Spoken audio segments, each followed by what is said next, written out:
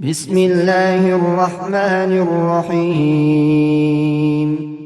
تلك أمة قد خلت لها ما كسبت ولكم ما كسبتم ولا تسألون عما كانوا يعملون.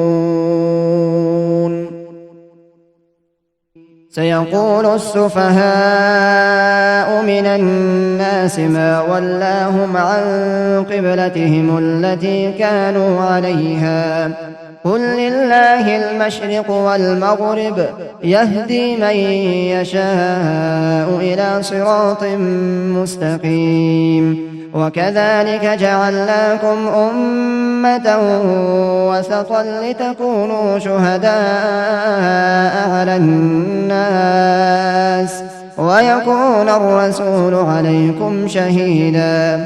وما جعلنا القبلة التي كنت عليها إلا لنعلم من يتبع الرسول ممن ينقلب على عقبيه وإن كانت لكبيرة إلا على الذين هدى الله وما كان الله ليضيع إيمانكم إن الله بالناس لرءوف رحيم. قد نرى تقلب وجهك في السماء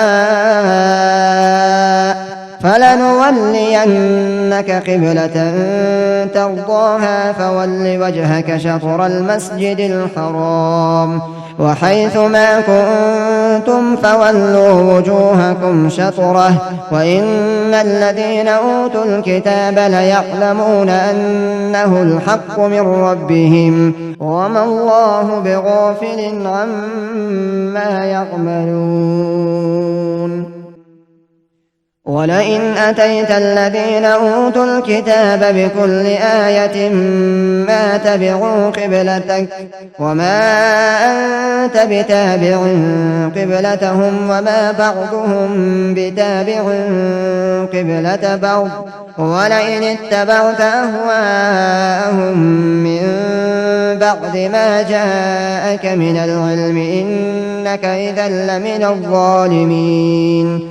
الذين آتيناهم الكتاب يعرفونه كما يعرفون أبناءهم وإن فريقا منهم ليكتمون الحق وهم يعلمون. صدق الله العظيم.